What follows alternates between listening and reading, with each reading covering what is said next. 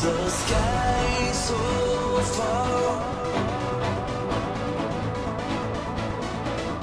but I can't lose this.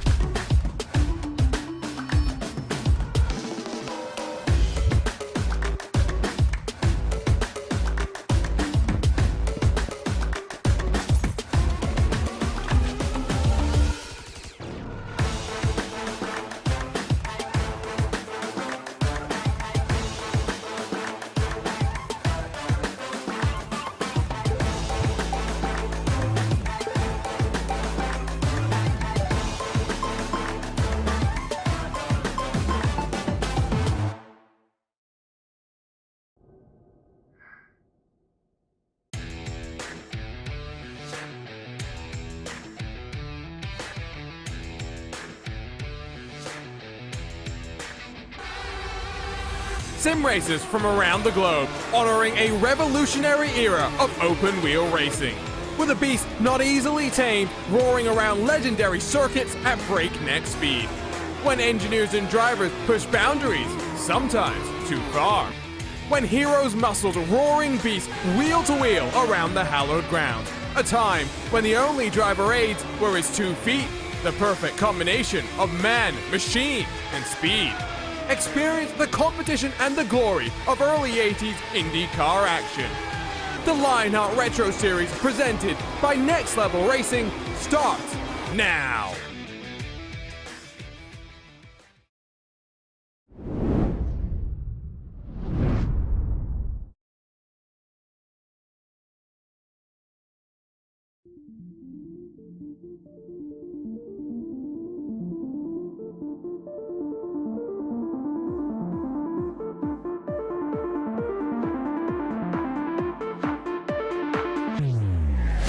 Something old and something new. In the 5 years that the Lionheart Retro Series has toured the world with the legendary Lotus 79, it has never touched down in the southwest of England. With no form book to fall back on, and in a season where 5 races have seen 5 different winners, today we expect the unexpected in the rolling hills of Kent. Welcome to Brands Hatch, and welcome to the GRAAFix Esports Grand Prix presented by Next Level Racing. Hello everyone and welcome back to RaceSpotTV and coverage of the 2022 Lionheart Retro Series. The Lionheart Racing Series is powered by HyperX, makers of premier gaming gear like the legendary ultra comfortable Cloud line of gaming headsets. Whatever you play, however you play, HyperX knows we're all gamers.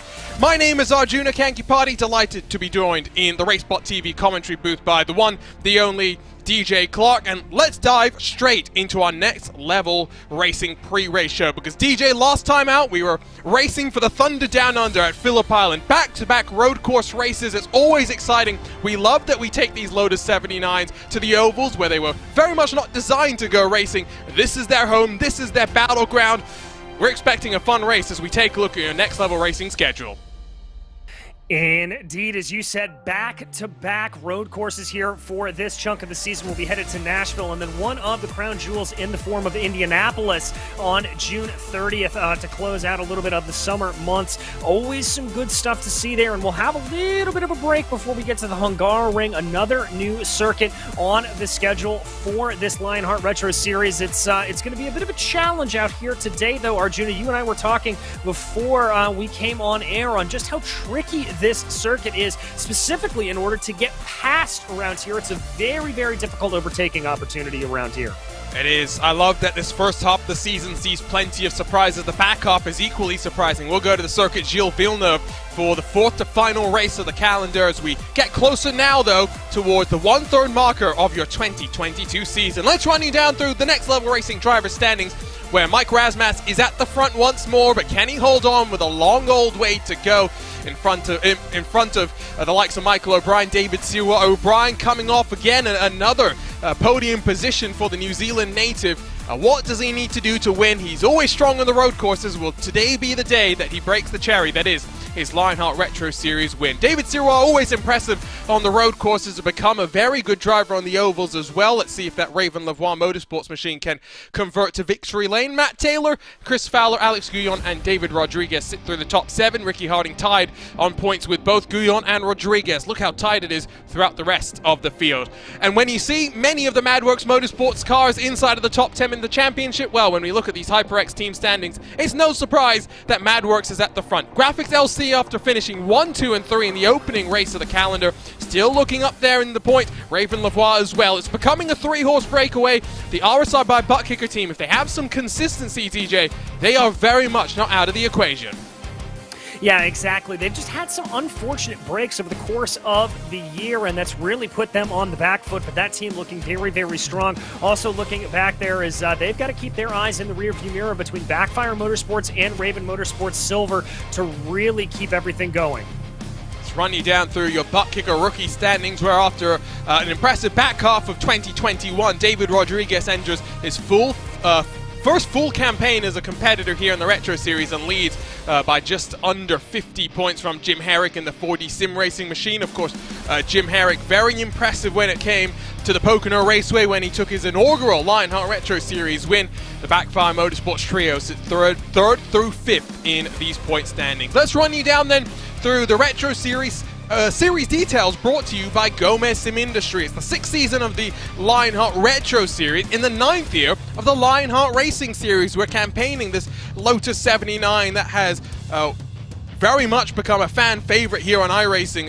DJ commentates on them in official competition on a Sunday morning here in the US. It's a fan favorite around the world. Usually, of course, we do see it on the road courses, but we show here in this Retro Series that it's a very capable machine on the ovals as well. Custom fix setup for every single driver. It means the only in-car adjustments, the only adjustments indeed you have are your 2 hands, your 2 feet. How you adapt to the setup is going to be vital. Cash in prizes just over $7,000, and your season champion will win a Next Level Racing GT Track cockpit, as well as a Moser Racing DD Wheelbase, and Formula Rim. One of the Triple Crowns is done, 2 still to go. They're all chasing your defending champion Aaron Morgan, who was on a part-time schedule here in 2022. We were hoping to see him here today, but in fact we will not. He will be taking a leave of absence. Instead, your 2020 Retro Series champion Ryan Otis returns to the field. He's been watching on keenly. Very excited to see what's in store for him today. Defending team champions, the Avatar Order Racing, split ways. Morgan on a part-time schedule, Taylor and Michael O'Brien now part of the Madworks Motorsports camp, who do lead in the team championship. And with that said, it's the first race, so there's no Moser Racing event details to talk to you about. Instead, you get to see our wonderful faces. And DJ, this is going to be fun. We throw the form book out, 5 races, 5 different winners. I think we're on course for a 6th different winner in 2022. I think it's quite hard to count out either Ryan Otis or Michael O'Brien. I'm really thinking those two will show up strong here today. Yeah, I have to agree with you there, Arjuna. Definitely looking like those two are going to be the ones to beat out here today. And this is an old school style circuit. It's a little bit like Phillip Island in that regard, but we're not dealing with as many necessarily hairpins. It's a lot of flow. It's a lot of rhythm. So keep an eye out for drivers that have been able to log some good practice time in and that qualify up towards the top of the field. As I said earlier, very difficult to overtake around here, so you're probably only going to be looking at a victor out of your maybe top 5 or so. Yeah, passing is going to be an opportunistic game. You see someone in front of you make that mistake, you pounce. It's a 54-lap affair where the fuel window is expected to be between 25 and 26 laps. If you're feeling brave, you might decide to try and do some fuel saving here, and I do think we might see a couple of cars elect to go for that. It's going to be a tall order, yes, but these are the type of races where if you're in a draft pack, you're not looking to make the move happen, you can roll the car into the corners, make sure you save that little bit of fuel, and it's a shortish track with some areas, especially through the middle sector, right, where you're diving down the hill through Dingledary in towards Sheen Curve, where you can save a bit of fuel. I wonder if strategy will play an effect here today. It's not just about fuel, it's about tires as well, of course. Indeed it is, and don't forget that last year's race at Mosport, very similar to what we saw here. There were drivers that were able to make that one-stop strategy work as they went their way around, and I think that's exactly what you could see playing out here today. As drivers starting to put those qualifying times down on the board, though, and that's going to give us our first indication of who's going to be where. Yeah, again, it's a 10-minute qualifying session, a little bit longer than what you're used to if you've only caught the oval races so far in 2022. It's always exciting when you get 10 minutes on the clock, 4 flying laps, and with these bias ply tires, as the fuel burns off, you just go quicker and quicker. It's very much about getting the laps on the board, burning the fuel, and making sure when the qualifying session draws to a close, you put yourself in the right position. On provisional pole, with just over 3.5 minutes done in this session, is the 2020 champion, Ryan Otis, who returns and is currently 2/10 clear of the rest of the field. David Siwa second, Razmas in third, Valiokas in fourth. And let's talk about him as well. I maybe discounted him when I was talking about Ryan Otis and Michael O'Brien's chances. Valiokas put it on pole at Watkins Glen, and if not for his own mistakes in pit lane, incurring a speeding penalty, he would have been fighting at the sharp end of things, looking for his first victory. I think he's got a score to settle as we go road racing for the 2nd consecutive race. I have to agree with you there. He looked a little bit off form at Phillip Island, but as we've said, Phillip Island, a little bit of a unique circuit, one of those that you either love it or you hate it. Brands Hatch has some similarities as well to Watkins Glen, a lot of fast-flowing corners around here, and I think with Valiokas now putting in a time that is provisionally P2 and only 1/10 of a second off of Siwa and Otis right now, those times continuing to fall down a little bit. You've got to watch out for that RSR driver. Here they come. The top 3 split by 9/100ths of a second, basically a 10th as it stands right now. Ryan Otis is being bumped down to 4th, but he's coming through onto the back straightaway right now to set another lap time here. Again, 4 laps in the Indy cars. If you watch road course racing there on Wednesdays in the Lionheart IndyCar Series, you see drivers set a lap time on lap 1. They elect then to return to pit lane to save the tires. Lap 2 and 3 then, by virtue of that, are thrown in the bin. It's all about lap 4. So banker lap on lap 1, fast flying lap on lap 4. Very, very different though here in the Lionheart Retro Series. Ryan Otis running as an independent driver, of course, works his way into the final corner here at Brands Hatch, just under 4 kilometers in length, 2.5 miles, as he rolls himself Up towards the start-finish line. A 1:14.9 is the benchmark. It's a 1:14.6. He's back to the front by almost 4 full tenths of a second. And that is a big surprise, Arjuna. We were talking about just how close those gaps looked across the field, and they were mimicked in qualifying. We'll have to see here if Michael O'Brien and some of these other drivers will be able to come in closer than that. Oh, my goodness, O'Brien barely pips him. And this is remarkable. Sirois improves to a 14.816, but that's going to be qualifying done for him. Lionel Kalisto is rolling down the hill in his Raven Motorsports number 97. Chris Fowler's jumped up to 8th. The top 6 are split by 6/10 of a second. Good to see Chris Reagan up there in the thick of things as well as we tumble down. 4 minutes left. O'Brien's done with qualifying. His 4 laps are burned on through. It's all the pressure now on the likes of Matt Taylor and Ryan Otis. There's Taylor working himself through Surtees onto the back straightaway. But halfway through the lap, what's it going to look like for him? Razmas is also tracking quite impressively as he works his way in through Hawthorns, provisionally up about half a second on his qualifying time. Here, though, is that 95 car in the white and red, befitting a Formula One machine. A 14.549 is the benchmark for Ryan Otis to beat as he comes to the line, minimizes the distance. It's a 14.742, no improvement. O'Brien holds on. And it looks like Marius Valiokis is going to be able to bump his way up into P5. No improvement there from Sirois. He's going to pull off down pit lane. Looks like Mike Rasmus is going to be the one that may be able to improve here. Is he going to be able to cross over the line with a good time of 14.5? That's going to put him in P2. My word, 200 splits the front two. Taylor improves up to 4th on the board. 3 cars split by 0.5 of a second. It does not get much closer than this. We are in for a treat at the front of the field. We'll watch as Luke Daniels comes across the line in his 4D sim racing machine. Of course, 4D sim racing, as Justin Prince likes to say, they're playing plenty of 4D chess as Daniels improves on time, but no improvement in terms of lap time. Let's go ahead and walk you then through the track itself. Again, remember, alongside myself, Arjuna Kankipati, delighted to be joined by the one and only DJ Clark. Brands Hatch has got plenty of elevation change, DJ, as we get a look at this wonderful facility. It's an old school track, opened in 1950, has really not seen many configuration changes since then, and it's a place that very much has become a driver's favorite. Yeah, a driver's favorite is definitely the way to describe this. The heaviest braking zone you're really going to experience is coming up the hill into Druids and potentially setting that up with a run through Paddock Hill Bend. That's going to be your best overtaking opportunity. From there, running down the hill into Graham Hill Bend, down through Surtees. It's all about damage limitation going through there. And then into the back half of the track, it's just about keeping that car on the black stuff, not running too wide, as it is very, very easy to do. You want to try to carry as maximum momentum as possible through the corners, and sometimes that can mean you get those left side tires off into the dirty stuff. Now, 3 drivers have end-of-line penalties for incidents in the last couple of races. They include the likes of Ricky Harding, Chris Staples, and David Rodriguez. But from what we see right now, we are looking at 8 cars that have not put down a lap time.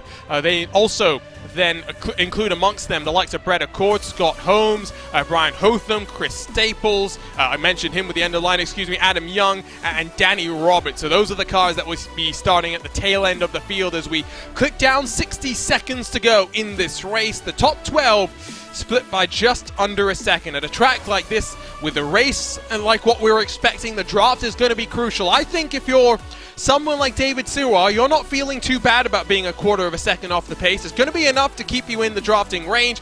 Might be enough, like I mentioned, to do some fuel saving, try and make this a one-stop race. And that's certainly what it's going to be, and that position and where you are in qualifying is certainly going to dictate a little bit of that strategy. I think for O'Brien, maybe for Rasmus up front, they may be pushing this all out and trying to make this into a 2-stop, but we may see guys like Sirois, maybe Valiokis, Reagan, Fowler, some of those drivers further back in the field, even Richie Hearn may be able to back off a little bit. Where is Richie? He's back in 9th. Of course, always impressive at Phillip Island. Let's see what he can do rolling off inside of the top 10. Qualifying draws to a close. We're ready to go racing for the first time in the Lionheart Retro Series here in the rolling hills of Kent. We're ready for the GRAAFix Esports Grand Prix. Let's run you down through today's starting grid.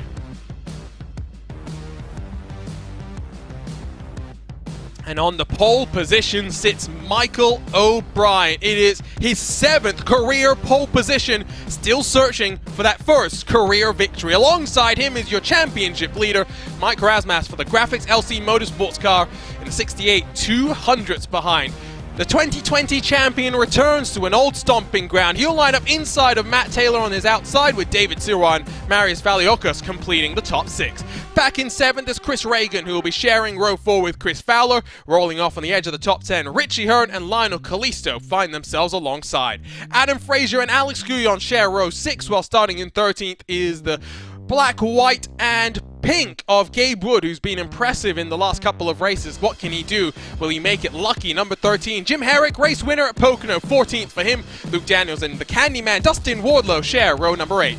Cristobal Valenzuela and Tyler Graf, row number 9, while rounding out the top 20, it's Chris Lanini and Rodrigo Munoz. Robert Mikes and Luis Gonzalez Nunez, 21st and 22nd, while Paul Jenkins and Hugo Gallas line up behind them. Back in 25th is the series organizer George Anzaldo. He's the final car with a lap time on the board. David Rodriguez will roll to the end of the line to get this race underway. He'll be towards the back, along with the likes of Danny Roberts, Scott Holmes, Chris Staples, Brian Hotham, who complete the top 30, Ricky Harden, Brett Accord, and Adam Young, the 33 cars lining up for you here today. As always, here in the Lionheart Racing Series, we have featured onboards to run you down through. So with a full pace lap, let's not dawdle, let's run you down through today's featured onboard cameras. Carrying the GRAAFix Esports onboard camera is Chris Lanini. GRAAFix Esports, world-class design from the real world to virtual. Visit GRAAFixEsports.com. Carrying the SimRace 247 onboard camera is Luis Nunez. Visit simrace247.com, where sim racing is for everyone. And with the HyperX onboard camera rolls Matt Taylor. Whatever you play, however you play, HyperX knows we're all gamers, and HyperX is always ready to game.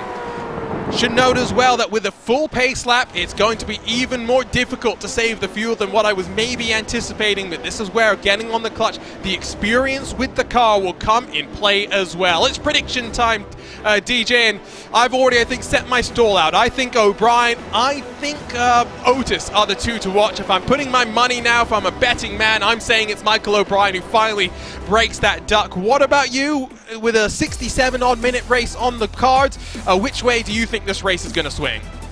Well, I think it's hard to bet against the multiple-time champion here, Ryan Otis. The number 95 is going to be very, very good. I'm also going to keep my eye on the two drivers starting back in row 3, David Sirois and Marius Valiokos. Those two have had incredible speed this entire season. I think we could see them maybe do a little bit of an alternate strategy, try to save a little bit of fuel. Those are the two that I have my eye on. Great shot of the cars as they build up some temperature in their tires coming down in towards Hawthorns. It's a tricky right-hand kink, a slight dab on the brake and down a gear or two. Will it be hero or zero for Matt Taylor? I'll ask you another question. I'll ask you for another prediction. Do you think anyone goes bold? Does anyone try the one-stop strategy here? I think if you're down in the field, you gotta go for it. People looking around the area of, let's say, Dustin Wardlow, Tyler Graf, Chris Lanini, a very, very good driver starting all the way down in 19th. I think you roll the dice a little bit there and try to go for that one stop if you can. If you're that far down in the field, why not? You've got nothing to lose, and it's going to be hard to work your way up forward without going on an alternate strategy. Are you sad, DJ, that as a competitor of this series last year, you never got to race here at Brands Hatch? I am and I'm not. I'm sad because I do love driving this circuit, but I know I would have binned it at some point, so it's probably a good thing I never got a chance to. Round 6 of the 2022 Lionheart Retro Series is ready to get underway. Competition, commitment, excitement. This is Lionheart, and this is the start of the GRAAFix Esports Grand Prix presented by Next Level Racing. It's an early jump for Michael O'Brien. We're racing in the rolling hills of Kent. It's a great jump for the top 3 as they single file themselves out. Chris Reagan looks to the inside as they plunge down the hill in through Paddock Bend, up the hill in towards Druids. Nice and tidy throughout the entire field. No signs of the chaos that we had at Phillip Island. Very, very clean, very, very tidy. Clean and tidy for sure, but a lot of side-by-side action there in the back, specifically looking around Reagan, Sirois, Richie Hearn already up 2, Chris Reagan up 2 as well. So some drivers taking advantage at the start of this race. Looks like a couple of cars have come across some issues. That's Scott Holmes, Adam Young, the two that have found themselves wide, coming down through Graham Hill Bend. Single file now within the top 10. David Siwa a bit swarmed on the start, as was Valiukas. Their line, I don't think, rolled off as they were expected. They've lost positions, as has Chris Fowler, taking advantage. Reagan, Richie Hearn inside of the top 10. Not much movement, though. Already trying to break away at the front of the field at 0.6 of a second. That Spritz O'Brien from Razmas. He's got some work to do, is O'Brien, if he wants to run away, but he's trying hard, he's trying early. And I think that's a good strategy there for Michael O'Brien. Try to build that gap as much as possible. Break a little bit of that draft away from Mike Rasmus if he can here at this point. But the bigger gap that's starting to develop is back with Ryan Otis. That's about 0.6 of a second there. We'll have to see if maybe Otis is doing a little bit of fuel saving or if he just got a little bit of discombobulated on that first lap. There's a look inside by Richie Hearn as they come up the hill in towards Druids on the RSR by butt kicker machine of Valiukas. That 23 black and green. Down the hill they come once more. The scene of the issue for Scott Holmes and Adam Young a lap ago, but no send forthcoming from Richie Hearn. We always talk about this when it comes to the former American open wheel competitor in Full Metal Motorsports. Always has got a somewhat dodgy internet connection. He's always aware of that, not trying to force the issue too much. Reagan, though, already dropping now 1 full second back from Matt Taylor. The top three split by 0.7 of a second. A further second back sits Matt Taylor. The top three really trying to put the afterburners on and run away. Yeah, I think it goes without saying here at this point, Arjuna, that those top three definitely looking at a two-stop strategy, as that's Gabe Wood falling down through the field. I don't know if that was an off track or if he just got himself a little bit squirrely, but one way or the other, he is hemorrhaging positions. It's all the way down in 17th spot. I did say, was it going to be lucky number 13, unlucky number 13? At least for now, it does seem as though he's managed to gather it up, holds on to 17th, defends from Cristobal Valenzuela. Get back into line and tidy things up. At the front of the field, we focus once more on Ryan Otis on the charge and on the prowl. Let's take a look then at what happened at the start of this race between Scott Holmes, between Adam Young, as we take a look at our RaceSpotTV replay machine. Oh, and it started with one of the RSR cars. Now, was that David Rodriguez? I think it was, Arjuna. Just a little bit of argy-bargy there into the side, and that sent everybody else sort of pinballing around. We're going to ride on board with Rodriguez here. Goes down into the corner, and unfortunately that looked like a little bit of netcode contact that wasn't exactly able to be gathered up back up under him. Well, the car that started with an end-of-line penalty, it's the danger of being put back in the thick of things. You get more contact. It's as simple as that. I was trying to be clever. There's not much more you could say. There really isn't, and when you're put back in that EOL position, it feels like you've got a chip on your shoulder, like you're fighting to prove that you're a little bit better than that penalty deserves, as we watch what happened to Gabe Wood. And I think that's a little bit of what happened there with Rodriguez. He's just got a little bit of over-scrappiness. And that is just understeer city for Gabe Wood. And I got to say, full credit to him. He could have been a much more dangerous on the rejoin. Connery Maddock will enjoy that, and then the Candyman makes him a little bit nervous as they work their way through Sheen. Gabe Wood loses an additional position, but then fends off the advances from that 33 car. Breakaway for the top four. It's now 2 seconds back to Chris Reagan. Taylor's been able to hold the very last vestiges of the draft, but it's very much in front of him that those cars are looking to push forward. Got a feel for Sirois. He's bottled up now behind that number 19. He read my mind. I was going to say Chris Reagan looking a little bit like the cork in the bottle here as Sirois, Valiukas, and Hearn all look particularly quick there behind him, and they are really going to want to try to push as hard as they can to get themselves ahead. We ride on board with Sirois, and he can see that gap opening up in front of him. He knows he needs to get by.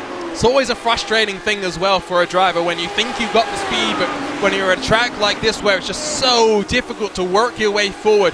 Nice and tidy though for the 99 as they cut themselves through the penultimate corner of the track. Camber's in at the start of the corner, then Camber's off as you get through to the exit of the corner. That gap though is working upwards corner by corner. Taylor still technically within draft range, but has very much lost the majority of the benefit that he's going to enjoy. Of course, remember, 54 lap of fair fuel window, about 26 laps.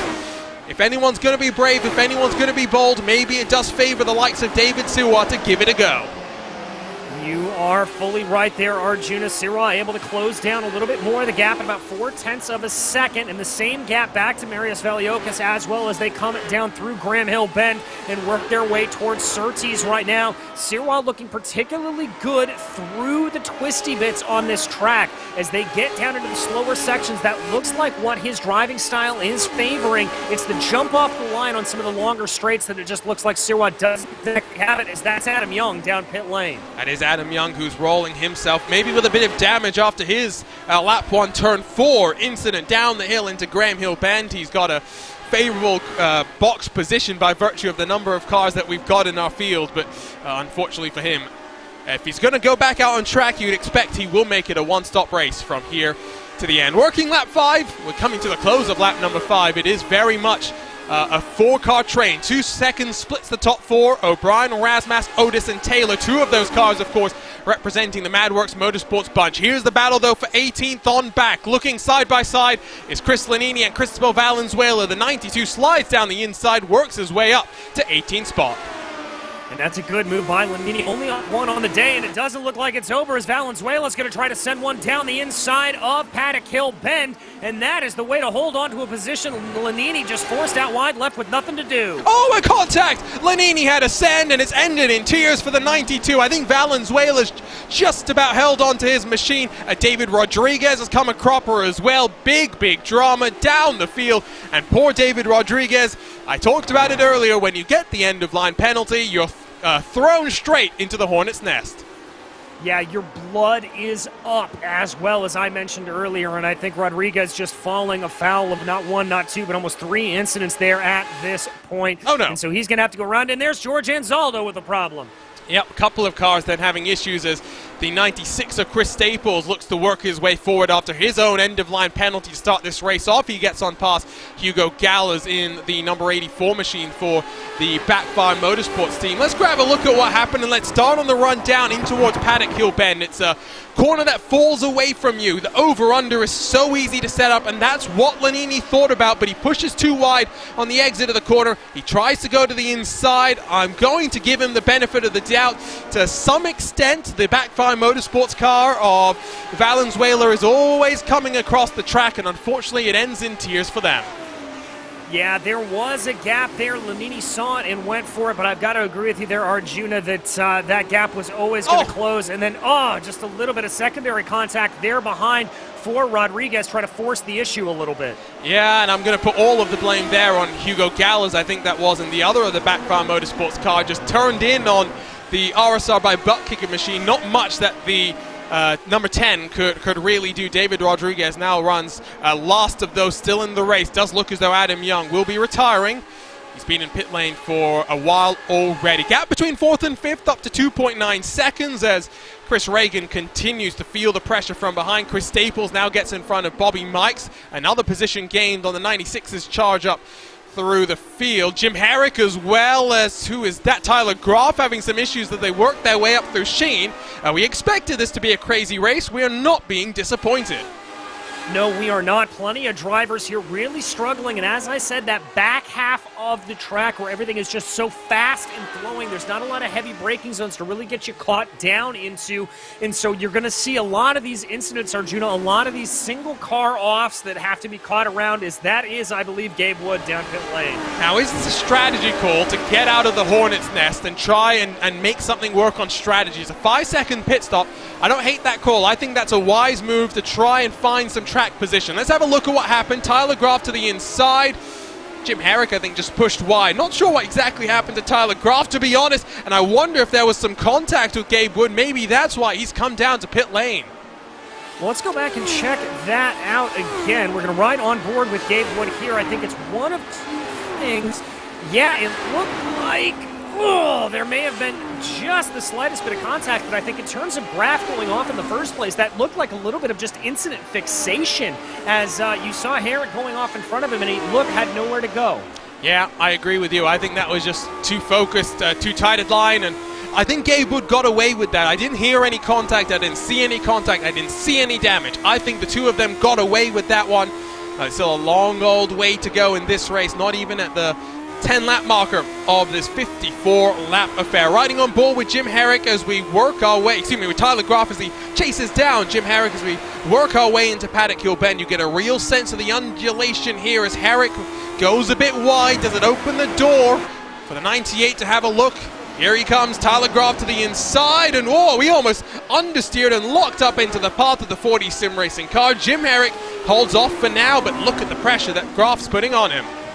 And I've got to give credit to Tyler Graaff there. That was a good way to be able to get the car.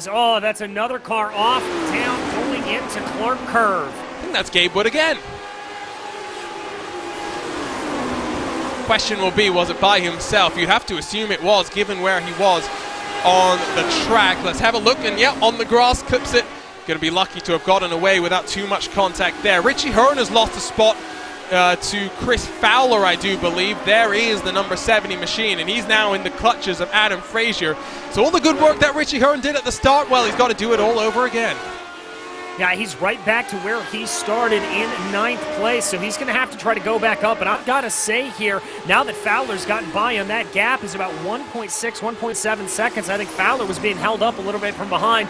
Let's watch the replay. Did Richie have a little bit of a moment? That was more than a little bit. Yeah, that's about as much as you want. Reagan has got a pass by David Seward towards the front of this pack. We'll get one more look from the off-board shot as Rich. You say he was holding up Fowler, but you can see how close that Richie was running to those in front. Double understeer, double draft in effect, and double dirty air being fed to Richie Hearn's machine. I don't know necessarily how slow he was, but crucially, Seward gets on past. The gap up front, though, 4 seconds to the next car up the road.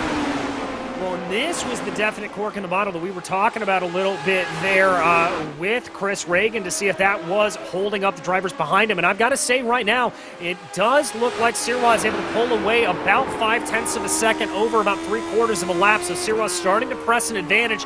He is going to want to try to close in as much as possible on that 4-second gap up to Matt Taylor. Matt Taylor has the fastest lap of the race, punched in this most recent trip across the line. It's a 14.850, the benchmark. This time by, it's a 15.009, so not much drop-off just yet. And as I say that, Michael O'Brien goes faster with a 14.753. Who was that? By themselves. It's Valiocas. Oh, my word. He's going to be heartbroken. He's out now at the top 10. Oh, my goodness, and I'm not even sure what happened there, Arjuna. It just looked like he may have clipped the grass coming down into the corner. Or that's got to be the only explanation. Let's watch the replay. Yeah, and well, you're always pushing out wide, and yep, there you go. Left side tires, onto the grass, into the kitty litter he goes. So get a look on board with him as well. It's such an easy mistake to make as you're pushing hard, you're trying to follow closely, and by the time you made the mistake, it's too late to save it. It's as simple as that. Yes, it is, and he's going to be able to get back and re-going in 12th position, running in a little bit of an island unto himself. He's got gaps around him, so that'll be good for him to be able to just kind of settle his brain back down, try to get everything back up underneath him. 7/10 the gap at the front. O'Brien is trying to pull away from the 68 machine, but at least for now, it's not really working. He's going to take an almighty effort to break that toe. You have to wonder when that opportunity is going to present itself. Now, in terms of race wins, Mike Razmas favors both the road courses as well as the ovals. Of course, Razmas coming off the win at Phillip Island a couple of weeks ago. Season 5 saw him win at Sonoma, at Silverstone, and the final race at the Auto Club Speedway. Season 4, his first ever Retro Series win came on the short track at the Worldwide Technology Raceway. So an equal opportunist is that number 68 machine as Guyon gets in front of Adam Frazier, as Frazier made a mistake now as well. They're all falling one by one. Yes, they are, and Frazier made that mistake going down into Graham Hill Bend. I think he may have caught a little bit of grass as well, and so that'll see him fall down to 12th place position as Valiocas was able to get by him. Well, let's watch that replay. Just comes in. Oh, no, he carried too much speed through the corner. Excuse me. Yeah, it's the first time we've seen that, but it's so easy to do. Gravity working against you. You're pushing hard. It's slightly off camber. You can see he's working at that wheel, soaring at it to the right side, but unfortunately, not much that he could really do. George Anzaldo has had another trip off as Gabe Wood comes down. In fact, is towed back to pit lane, so that's day done then for the 04. It is unlucky number 13, it turns out. It certainly does look that way, and you can see the damage on that car as Sirois, released of Chris Reagan, has been able to set the fastest lap of the race, so a great run there for David. Yeah, I mean, there's the cork in the bottle that we're talking about, right? There's that pace that we expected to see. Let's grab a look at what happened to George Ansaldo. It's a replay fest right now. He just locks the inside front, down the hill he goes, and you saw Gabe Wood, well, synchronized issues there. Yeah, spinning in sympathy, as I have heard before, and Gabe, unfortunately, looks like he caught that inside wall as he came around right there, and that's going to be just enough damage. If you get damage to the rear end of that car, Arjuna, it really is day done. Looks like Chris Lanini's had an issue as well. Like I said, one by one, they're dropping like flies, and now it's Brian Hotham that's having an issue, and oh, that's a big issue. That is a car done. He's going to require the tow back to pit lane. We mentioned this at the start. It's a technical, tricky racetrack with no room for mistakes, very similar to what we saw with Phillip Island just a couple of weeks ago. Yes, it is, and I think the difference here between this and Phillip Island is really the fact that most of these corners are high speed as opposed to some of the problems. Oh, catching the grass there. That's what caused that latest turnaround. But the high-speed nature of a lot of these corners, we're seeing a lot more of the grass touching really coming back to bite drivers as they try to push to the limits and carry as much speed as they can through these corners. On board with your HyperX onboard camera, Matt Taylor has caught the back. It's now 1.4, that splits the top four. Sirois trying to close, but it's a 10th here, it's a 10th there. He needs a little bit more, still 3.9 back as they work themselves in this leading group down into one of the most fun and high commitment complexes that we're going to have in the entire 2022 campaign. Down through Westfield, in through Dingledell, and up the hill in towards Sheen. You see the grass on either side. There is no room for mistake. No, absolutely none at all, as this top quartet continues to run pretty close to one another. Rasmus, Otis, and Taylor particularly running very, very close. A little bit of breathing room there for Michael O'Brien, but not enough that he would like and that he can really back off here, I think. 14 laps done. Plenty of racing still to go. Sirois now pulled away almost 2 seconds from Chris Reagan, and another fastest lap incoming from the Canadian, a 14.507. The frustrating part for him though, DJ, it's only about a 10th faster than what Michael O'Brien did last time by. Yeah, and that's going to be the thing, is that there is such pace from these drivers up ahead that Sirois is really having to hustle. You can see him there in the back of your screen as he just comes in. He is having to really put that car into overdrive to be able to get it up. Now, the one hope he is going to have is that we will start coming on a little bit of lap traffic here sooner rather than later, and when that happens, he's going to hope that the leaders get held up a little bit and he'll be able to close in. Yeah, that's a good point. Look at the track map where you can see the leaders at the very left edge of the track map coming up towards that number 6 machine of George Ansaldo. Don't expect George to be too much of an issue. Then there's Chris Lanini, in front of him Scott Holmes. I do think that given the delta between the fastest and the slowest drivers, we are expecting lap traffic to play a big factor. It also will make a difference when we think about pit stop windows here, DJ, and that's something that we'll talk about in a couple of moments' time. Let's talk about the track conditions, because it's getting dark. It's a cloudy day here just southwest of London. 76 in the air, 101 down on the track itself. That's going to fluctuate quite significantly through the course of this race. Yes, it is, especially with that 7-mile-an-hour wind that we're seeing gusting around a little bit. 88% humidity, that's going to be good for these cars. That means that there's going to be more air to be physically pushing down on the cars as they drive their way around. The other thing that that's going to do is there's more air to push out of the way for the leading car in a train, and that means that the draft is going to be just a little bit more effective. Remember, it's a fixed setup. There's no different wing angles and whatnot to be thinking about right now. It's as simple as pie. They've got what they've got. I commentated on a race, I want to say last weekend, where we were having to try and figure out what the wing angles. In fact, no, it was this past Monday, the iRacing IndyCar Open Series at the Indianapolis Grand Prix layout. The version we have in iRacing, though, is atrocious. I'll leave it at that. But, that was a big old wiggle from Rasmus. That might be that opportunity for O'Brien to run away. It may be, as that gap is now at about 9/10 of a second. It's starting to grow a little bit, and over the past couple of laps, I do have to say that Michael O'Brien has been able to extend it a little bit. He was able to grow it by about 0.127 seconds on that last lap. Those are the kind of just minuscule gaps that he's going to want to build over the course of a run here to try to break away. Gap back to 0, at least between Taylor and the 99, is down by about 7/10 since he managed to get the move done, as Luis Gonzalez Nunez, another mistake made at the top of Sheen, and now under fire from Hugo Gallas in the 84. And that's aggressive from Nunez. That's quite reactionary if we're being completely honest, but he'll fend off the challenge for now. Ricky Harding closing as well as they work themselves forward. But David Sirwa is on the hunt, and he's hunting fast. Yeah, hunting very, very fast. As I've been keeping an eye on those gaps, he's been able to steadily take about 0.2 of a second out since he was able to get by Reagan. And that's the kind of incremental gap that he's going to want to pull in. Just keep doing that lap after lap after lap, and sooner rather than later, he'll be caught up to that leading group.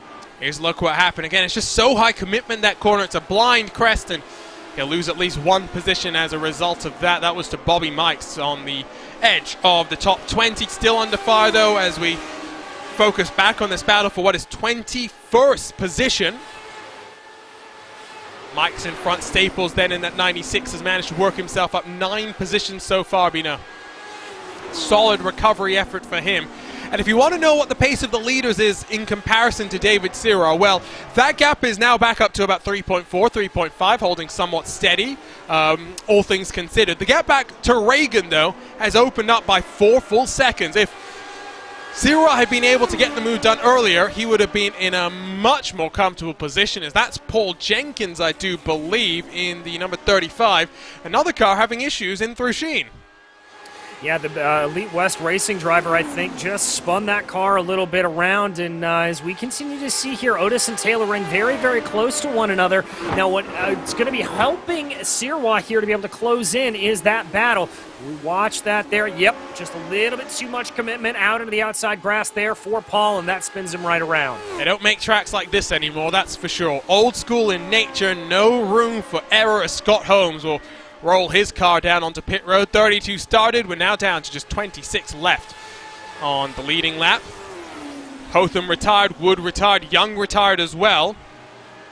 Chris Lanini was in pit lane for about 24 seconds with some damage to his car. Closing is Matt Taylor as he tries to work his way maybe towards Ryan Otis. If you're Taylor, you won't be too frustrated. We talk about the fuel saving. We'll talk about it again. 26 odd laps was the estimated fuel window in a 54 lap race. You've got to save 1 lap per stint. Matt Taylor in the prime position to do that.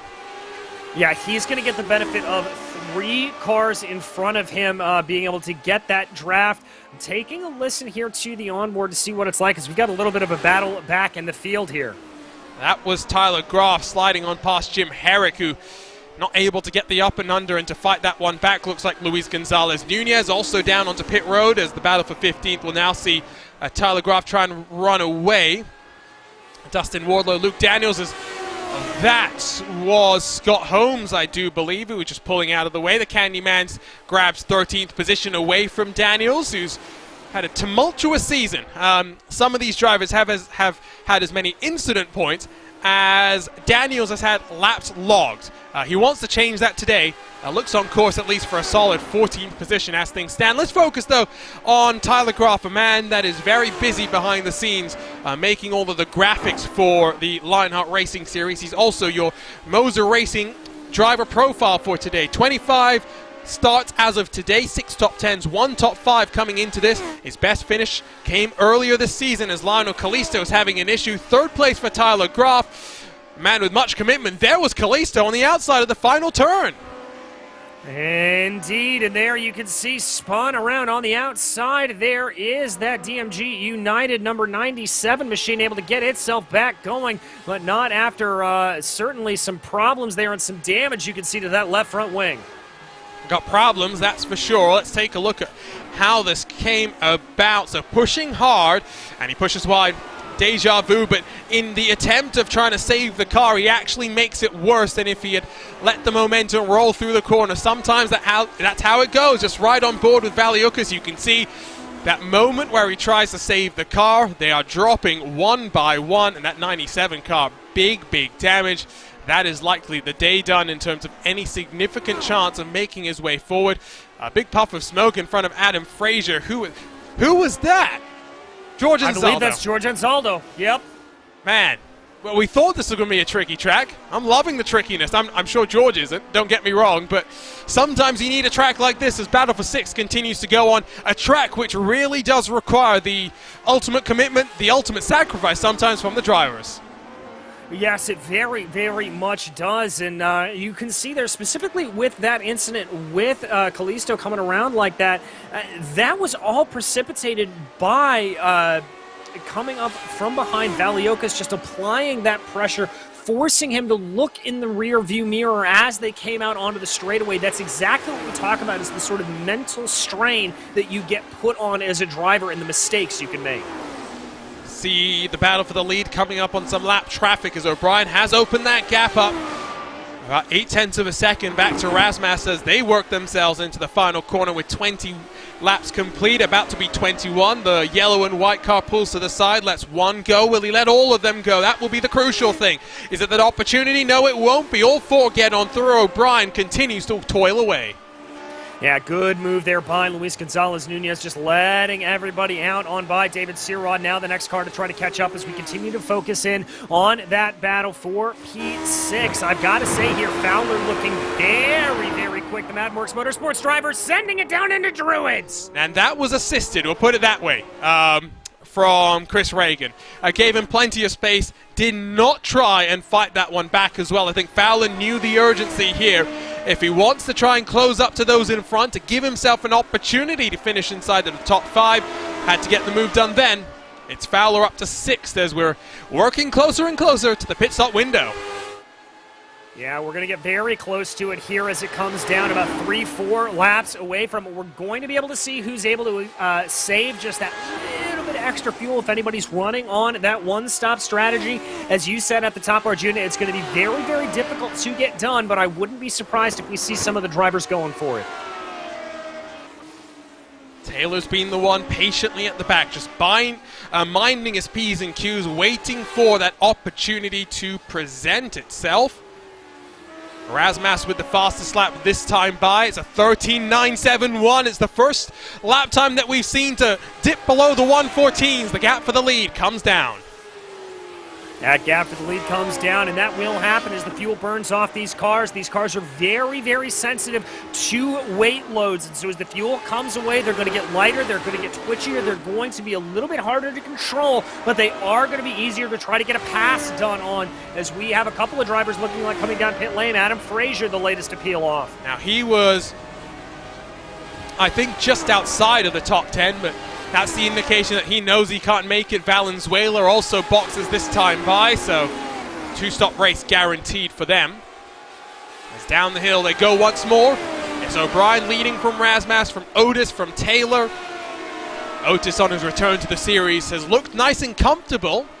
You've got to think that they'll get more racy after the pit stop cycle is concluded.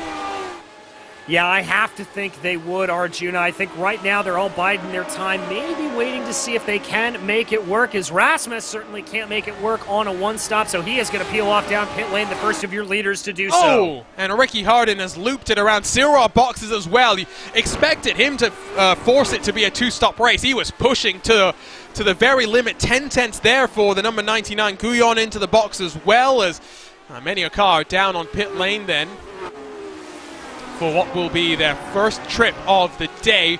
Razmas there for 7.4, Guyon there for 9, so Razmas might maybe trying to get an undercut working here. I think that's a good strategy there for Rasmus to maybe try that, see if he can come out in some clean air, put down a fast lap. He's certainly got that clean air in front of him, so he is just going to be able to put his foot to the floor here and go and see if that not running around Ryan Otis, Matt Taylor, and the likes can help him out. You can see it's opened up slightly now with one car out of line.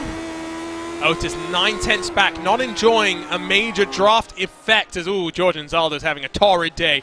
Once more off into the kitty litter, this time at Paddock Hill Bend. Rodriguez comes down to the pit lane as well. Now do we see any of the leaders? O'Brien's in, Otis is in. As expected, Matt Taylor the only one able to stay out there. Now we watch to see which car in the three that will have pitted come the end of this lap will emerge in front. Has Razmas been able to make the tires fire off as he wanted? Both drivers able to come to rest perfectly there in the box. They're not missing their stalls at all as we watch the 68 here coming around Rasmus, coming back around. Is he going to be able to beat them out? This is going to be close at the line. Rasmus already up to speed. Is he going to be able to jump Ryan Otis? That's the real question here. Around the outside goes Rasmus. Now, really, it's about if Otis can jump in front of Razmas. Tires not up to temperature. You can see them wiggling on the entry into the braking zone. Down the hill a little bit earlier on the throttle for Razmas. Gives him the opportunity to sweep on by. Otis tucks back into line. Say goodbye to Michael O'Brien. That gap, by virtue of the battle, has grown to just over 2 full seconds.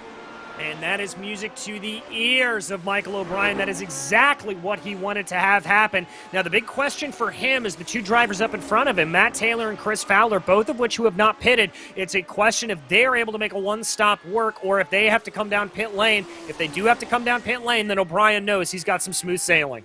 So Taylor can't make it either. They're all making this a one stop from here, 2 stops in totality for the race so far. Can Taylor go a little bit shorter on the fuel? Do remember, with O'Brien, Razmas, and Otis all somewhat equal in terms of the pit stop times, all about 7.1, 7.7 seconds amongst the three of them. There's not much difference that we're going to see. Taylor goes a little bit longer. It's 9 full seconds for him. Now that's Ricky Hardin in front of O'Brien, and Taylor tucks back into line at the very tail end of this train. So O'Brien has got a nice, comfortable advantage over those behind him. And I think now he's very much in control of his destiny.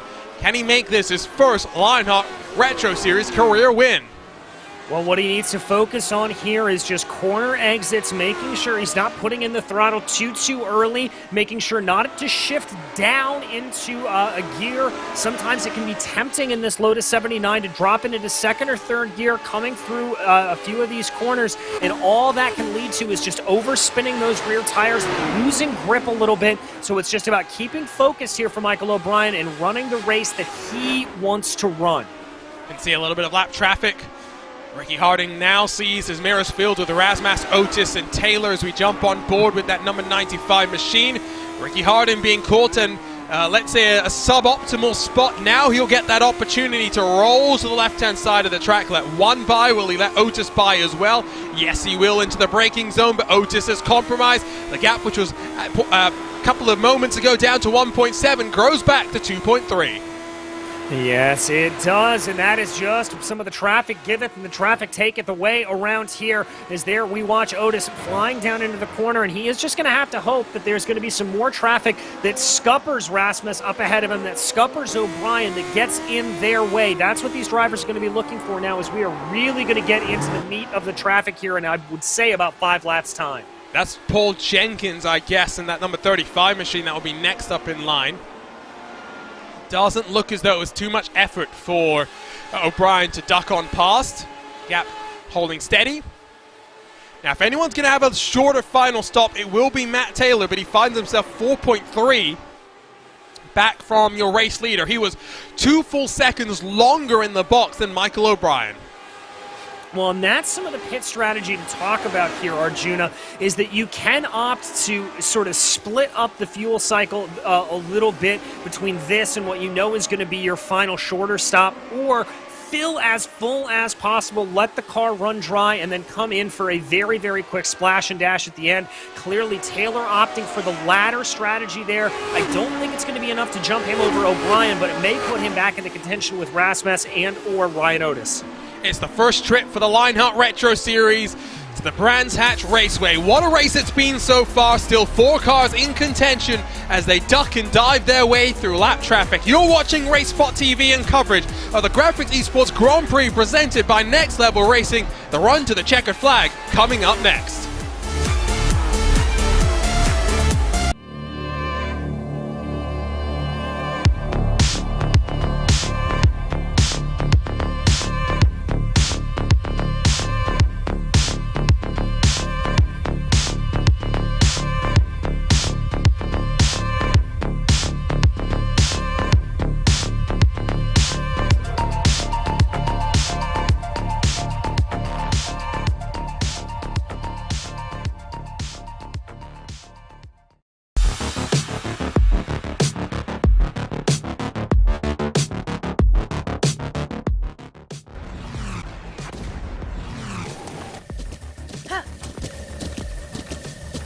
With the Butt Kicker Gamer 2, what you see and what you hear is what you feel. Butt Kicker. The future is feeling.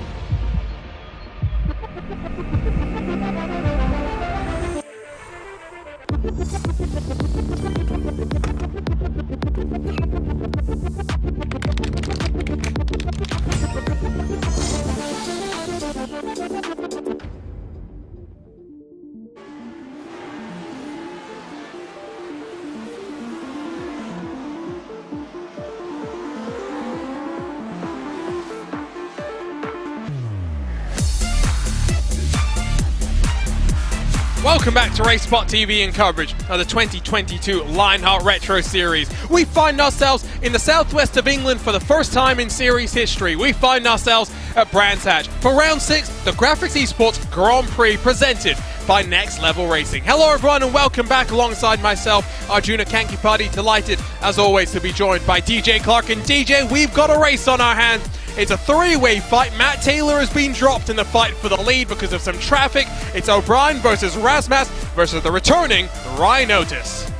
Yes, it is Arjuna and Ryan Otis and Mike Rasmus, the closest on track right now. Only about 0.6 of a second separating them, but we still have another pit stop here to go, or at least so we assume. So wait for some of the final heroics to be shown out in that last short stint. If anyone's going to be able to make this without a pit stop from here, they have a fuel tank that's in even more dire need of inspection than the one that David Rodriguez had at Iowa last year. We'll put it that way. Now it's closed up slightly between O'Brien and Rasmus as the traffic is really coming thick and fast for them at this point, working lap 31. Taylor's now 5 seconds back. Sometimes it's the way it goes. You can try and work a strategy. It's not going to work in his favor, unfortunately, but he's clearly had the pace. He's clearly been one to watch. Of note, a driver that's had to take a tow back to pit lane. Bobby Mikes, I think, has had an issue, and I'm not sure exactly where that was. We'll see if we can grab a look at what happened to it right here.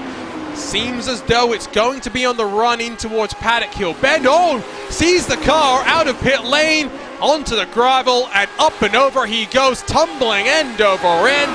That's a disappointing end for Bobby Mikes.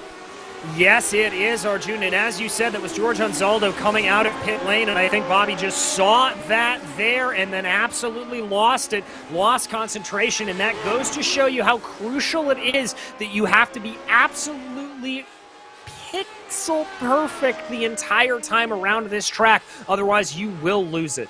It's a fantastic track. The Lotus 79's only actually raced here once in their history. Of course, this car introduced in 1978.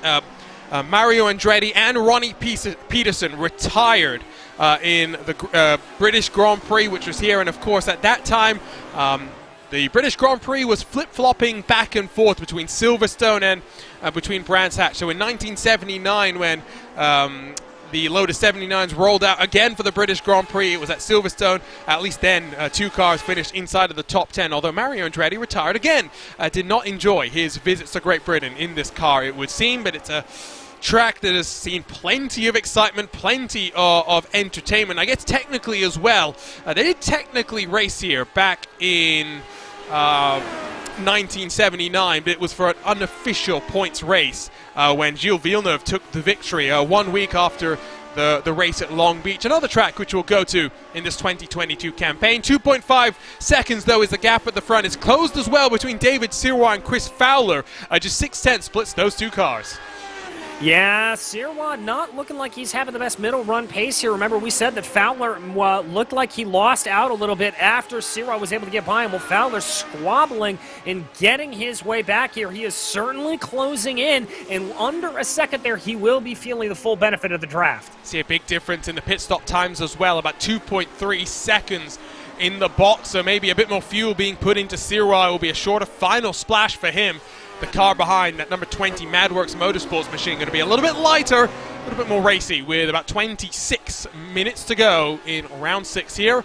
32 took to the start, 26 are still rolling, of whom only 18 are on the lead lap. A battle between Chris Reagan and Chris Staples sees Staples down a spot. Reagan, we missed this, recovering because I think he sped in pit lane, spent 50 seconds in the box, serving a speeding penalty.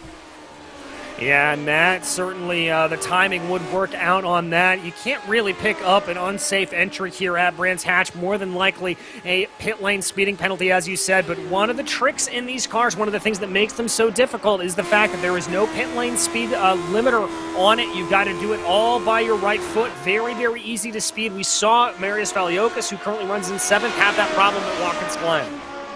Battle for 4th now, actually see Sirwa close up to Matt Taylor. Now Taylor and Sirwa are very, very similar when it comes to how much fuel they put into the car, but will the Madworks Motorsports teammates gang up on David Sirwa as Fowler has a look down low to the inside, and we jump on board with that number 20 machine at the tail end of the train. Down the hill through Graham Hill Bend they go. You can push wide onto some AstroTurf. You've got to cut back in time though before the AstroTurf converts to grass. Off to the right is the Indy layout of Brands Hatch. To the left, of course, you work your way to the back half of the track into the trees and this bridge where there was a monumental accident about a decade or so ago where unsightly crash in the junior formulas somehow saw a miraculous escape from the car for one of the drivers involved. Tyler Graf got past Luke Daniels for 12th position, but Daniels in the 40 sim racing car fights back. I mentioned earlier the tumultuous start to 2022 that Daniels has had to endure, and Chris Fowler's made a mistake, looped it again at the site of so many previous accidents. He's going to now slip into the clutches. Oh, guess who? The 23 of Valiokas, recovering from his own mistake. Yes, he will, and Valiokas doing a great job to be able to recover from that. I've got to give him credit on that. He is only down 1 position from his initial starting spot of 6. We watch on board with Fowler. He was already pushing the limits there as they came up the corner trying to get by David Sirwa, and it just looks like he was overdriving that car a little bit, taking way too much curb every which way. I think a mistake from Sirwa allowed the opportunity, but you can't really go too wide. These are big cars, bigger than you expected. He pushed wide and onto the grass on the exit, and Chris Fowler, well, it's going to be frustration for him. 1.7 the gap now between Taylor and Sirwa. 9/10 the gap between Fowler and the RSR by butt kicker 23. Yeah, and I think there's a little bit of damage to the front. Yeah, indeed, you can see on the right-hand side of that machine for Chris Fowler on the 20. So the left front wing there for Fowler. He's going to be fighting that a little bit. That's going to hurt him ever so slightly coming into these fast sectors when he needs that turn-in. He doesn't have any damage. That is the 23 of Marius Valiokas, the RSR by butt kicker machine. That's going to be very strong. Can just about see it on the left front. No, so your right side of shot right now, there's a bit of damage to the front of that front wing. Now, will that be worthy of a mandatory repair by iRacing? You'd hope not, because if it is, Fowler's going to slip even further backwards. At the front, though, it's opened up now to the tune of 3 full seconds. Michael O'Brien has one hand on the victory with under 20 laps to go. He still does have one more pit stop to make, at least we assume so, and depending on how he wants to call this strategy, we could see that fire off really any point between now and the end of the race. Remember, these drivers were able to make it 24, 25 laps on a tank of fuel, and on a 54-lap race, that means they're going to be just short, so you're going to have to time where you come in on your splash and dash, and I think that's going to be a big thing as well. We've got somebody off out in front. Now, I think that was Staples in the 96 car that's looped in, and yeah, I'm seeing he is slow as through the traffic O'Brien works. Hasn't cost him too much time. Last time by, he was fastest with a 13.893, one of only 2 laps, I believe, so far that we've seen duck down below the 114s. This time, So 14.665 loses a tenth or two to Razmas and the chasing crew behind. No, they don't make them like this anymore. You look at the likes of Paul Ricard, the Circuit of the Americas. People call them parking lots, somewhat derogatory term. At least that's how they're intended. Of course, they're much safer in some ways, but they don't have the same character. They don't have the same charm as an early pit stop sees the 23 car come down for what should be the final time today. Little bit of an interesting strategy there from the 23. I think what he tried to do there is he recognized he was closing on Fowler, didn't want to spend time in the fight, and instead hoping to come back here in some clean air that he is not going to find. That is not how you want to exit out here if you are trying to jump a driver in front of you. It is certainly not optimal. Frazier behind, Frazier in front, Wardlow behind, and Frazier loops it. Oh, quick hands from the 23. He gets out of dodge in the blink of an eye. That costs him, though, a couple of tenths of a second. That is frustration. That is definitely not what he would have wanted to see. We'll grab a look at what happened there in a couple of moments' time. Let's first, though, pick up what happened to Chris Staple, because I don't think it was all by himself. Now, who does he make the contact with? That's one of the Backfire Motorsports cars, wasn't it? As Michael O'Brien comes down to pit very, very early. Yeah, there we go. Some of that alternate strategy starting to play out. I said, Arjuna, that we may see some drivers trying to do this. O'Brien clearly just trying to find a good gap, and it looks like if he can get out ahead of Fowler, even if he does it, Fowler's going to be far enough up the road that he is going to have some good, clean air to run in, so I don't hate this decision here from Michael O'Brien. It's a teammate in front as well, so if push comes to shove, Fowler might get the memo that it's multi-45-20. Get Michael O'Brien on through. Do not cost him time. It is as simple as that. Razmas and Otis continue to roll around. Working lap 38 of 54 in today's race. Let's ride on board and take a look at the roller coaster of emotions that Valiukas would have gone through. There goes the spin from Frazier. Cuts down does Valiukas, and well, like I said, got out of dodge and ran away as quickly as he could before any further harm came to his race, of course, recovering after his own incident, a self-inflicted incident down to turn one very early on. Otis looks like he's staying out, so is Razmas. There was a car coming down to pit lane that might have influenced that decision. They did not want to get mixed up in that one. That is for sure. I'm seeing as well a couple more cars have had issues. Tyler Groff spent about 5 seconds off the track. He's fallen even behind Adam Frazier in the 88. Yes, he has. Drivers just continuing to struggle a little bit, and that's not entirely surprising. Yes, these are bias ply tires. They should last the distance of the race, but they will get a little bit worn in here at this phase. It's going to be a little bit harder to drive them, and you've got to be a little bit more on your game. And remember what I talked about with the lightning fuel loads. These cars get looser, they get twitchier as the fuel loads get lighter, and that's the start of this is the start of that stage of this race.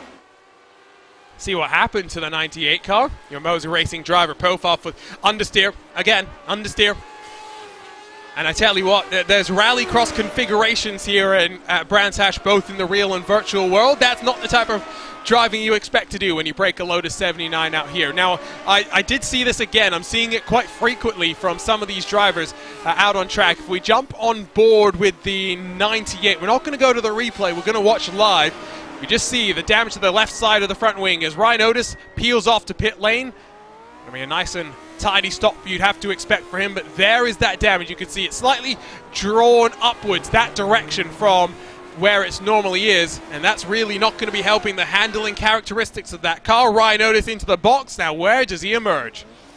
That's going to be the real question here. We're going to have to keep an eye out for him and Michael O'Brien. It looks like O'Brien already out on by, so no problems there for your former leader. He will be in what we assume will be the lead once pit stops have cycled back out and around. Looks like there for Ryan Otis. However, he has been able to come out in some clean air, so that'll certainly help him. Chris Fowler boxes as well for the final time today as we come towards 14 laps to go. There is the race leader. Holds the fastest lap of the race. Now, does he box this time? Does he get the undercut covered off? Ryan Otis has got to fire up those tires and push for all he is worth. The gap between O'Brien and Otis is about 3.1 seconds. Now, as it stands, O'Brien Otis the longest of the stops. It's played out in that direction. 7/10 slower was O'Brien compared to Otis. Razmas continues to roll around, and maybe when you think about the fact that these cars go quicker the lighter they are. You're not entirely shocked to see that David Sirwa gets in front of Matt Taylor. Yes, he does. So, all right, there we go. Sirwa able to get his way around up into what is P2 right now as Mike Rasmus sets the fastest lap of the race as they continue their way around. Ooh, very, very flirting with that outside gravel. There was Sirwa. And again, you see the same thing when it comes to the number 8 machine of Matt Taylor, the left side of the front wing again. We'll point it out with our yellow pen tool. It's just pointed in a direction it's not meant to be pointing in. It's as simple as that. You get the understeer. You lose the feeling of the car. Oh, Matt Taylor, again, life flashing before your eyes. It's Chris Staples that's had another issue. Oh, Chris Staples going off there, and Matt Taylor just barely able to avoid it. Very, very lucky there as we watch the replay. Oh, Staples just carrying a little bit too much speed through Surtees. He did the right thing, just held the brakes down there, spun the car around, and got back going once the track was clear. But a heart-and-mouth moment for Taylor. Rasmus is in. So this is crucial. Now, where is he going to feed out in comparison, not to Michael O'Brien, but in comparison to this man, Ryan Otis, who's working his way into the final sector of the lap. In fact, he's working into the penultimate corner of the lap. Sirwa Taylor go on through. O'Brien has been caught up about half a second, between him and Rasmus is going to emerge in the race lead. A blinder of a pit stop sees Mike Rasmus jump to the front of the field. Michael O'Brien has controlled so much of this race. He's got it all to do with 13 to go. Oh my goodness, Arjuna, the race is on for the lead. Mike Rasmus being able to take away what would have been the duck-breaking race here for Michael O'Brien. But the race is still on. As you said, about 13 laps to go. There's still plenty of time to let this one play out. Now Rasmus, has he been controlling his momentum? Has he been doing 8/10, 9/10 of his maximum potential? Well, if there was ever a chance and a time to let loose, it's now, DJ. Yes, it is. This is the time when you have got to go for broke. Hopefully you've got the fuel numbers figured out that you're not going to have to do any fuel saving here. You are not going to be having to do any sort of tire saving. It is just absolutely push, push, push, push, push. The gap, 8/10 back to Ryan Otis. It's a further 2 and a bit. So it's a 2-horse fight as it stands right now. David Sirwa and Matt Taylor should not be factors in the race lead. It will hand back over to these two. Work their way into Paddock Hill Bend once more. Down the hill. Closing stages of the race. Look how much Michael O'Brien is pushing. Yeah, you can tell that car absolutely dancing here at this point. O'Brien wants this win. He wants to break the duck. 2 P2s in a row will be good for the driver of the 45, but he wants to spray the champagne from the top step. To Surtees, once more they go. Yep. Opens up very slightly, but not too much. Inside of drafting range still is the number 45. It's always difficult for someone to be racing at these sort of times for Michael O'Brien. Although having said that, it's about 3 in the afternoon for him on a Friday, so maybe taking a half day at work as he tends maybe to do on occasion, and celebrating the start of a weekend with some racing activity. Usually when I commentate on people from that neck of the woods racing, it's about anywhere from 2 to 7 in the morning. It's a little bit easier to race in the afternoon than it is at the brink of dawn. You found out it's difficult to commentate at the brink of dawn as well, DJ, earlier this week. Yes, it is. I had a 3 a.m. broadcast earlier this week, and let me tell you, there is no amount of coffee or energy bars in the world that can make you feel fully functional when the rest of the world around you is asleep. But, you know, Arjuna, you get through it, and you do what you can. Whether it be coffee, whether it be energy drinks, you find the way. Next time by will be 10 to go. Time is running out. The gap has grown to 1 full second. As in towards the hairpin, that leads you onto the back half of the track. They come once more. O'Brien, I think, is slipping backwards. You'll notice he does not have the front wing damage that some of the other cars that we've seen have had today. The one thing he can't afford to do when he's sitting nice and tidy, second in the championship coming into this race, is throw it away pushing for the victory. You can win a championship with consistency. You like to win a championship by winning many races, but ultimately, one race does not taste as sweet as a championship. No, it certainly does not, and drivers here know that, and that's why you see these leaders here at this race not getting into those silly incidents that we've seen some of the other drivers farther down in the field. That is the true difference between a great driver and a good driver. Is a great driver can minimize those mistakes and be able to bring it home in suboptimal conditions, be able to take a podium out of a 10th place car. That is what makes a champion. That's what we saw from Adam Blocker last year. I think an average finish of inside of the podium, a streak of top fives that dated all the way back to September of 2020. That ended at the first race of the 2022 Lionheart IndyCar Series. The mantle has been taken up by Phil Krause, who has finished inside of the top 2 in every single of the races that we've had so far in the Lionheart IndyCar Series. Consistency takes you a long way. The gap between these two grows now to 1.2 seconds up the road, still waiting for Sirwa and for Taylor to come down and pit. Should be in, I think, within the next 3 or 4 laps. Luke Daniels, the most recent to make his way down to pit lane. Yes, Luke Daniels coming down right now, waiting for the rest of the leaders to come down here at this point. We do anticipate everybody will be coming down here at some point before the end of the race. I don't think, based off my calculations, Arjuna, anybody's going to be able to make this on that mythical one-stopper. No, and I'm a little disappointed. I keep hyping up these alternate strategies. We're getting plenty of alternate strategies, don't get me wrong. None of them as wacky and oddball as I'd potentially like to see. Yeah, same here. You want to see those crazy off-cycle ones, and obviously when we get back to a little bit of oval racing, when we get to Indianapolis in a couple of rounds' time, that is going to be a big time to be able to try out some of those crazy pit stop cycles. Now the question, I think, really with Indianapolis is, can we go green for as long as we did last year? That's going to be the real question. I can tell you that I absolutely loved that green flag run. Very, very good. And then when we restarted with about 20 laps to go, I can tell you that I was hooting and hollering on the radio. I was able to make a couple of passes on the outside of turn 1, and it was a whole bunch of fun. Yeah, I think it's fair to say it got a little bit more sloppy after that, but we went, what, 70, 80 laps? Three wide the norm, more than the exception. It was a fun race. It was fantastic. I'm still sad that it was one of the few races last year that I did not commentate on in the Retro Series. Delighted to hopefully be doing the full season. Well, you never know. Thursday is usually quite quiet. I'm already slightly sad that I know I'm going to be missing some of the IndyCar races coming up this summer with some other commitments within the iRacing sphere. As O'Brien locks up into Druids, the gap will open up even further. It's up to 1.5. Rasmus has got the afterburner set up to maximum. Maybe a lighter car as well. He's looking very, very comfortable. Yeah, looking very comfortable and very controlled here, which is what you want to see when you close down on the final 10 laps of a race. You don't want a car that is going to be bouncing around on you. You don't want a car that you feel like you're driving it on the ragged edge. If you are in the lead of the race, you want that car to be planted. You want it to be predictable. That is the big thing that you need.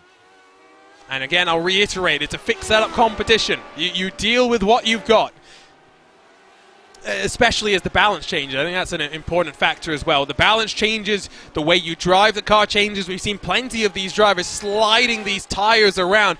We thought about as David Sirwa comes out to pit, we thought about and we talked about the potential for maybe some tire stops throughout the course of this race, especially with this update that we had earlier this year to the bias ply tires.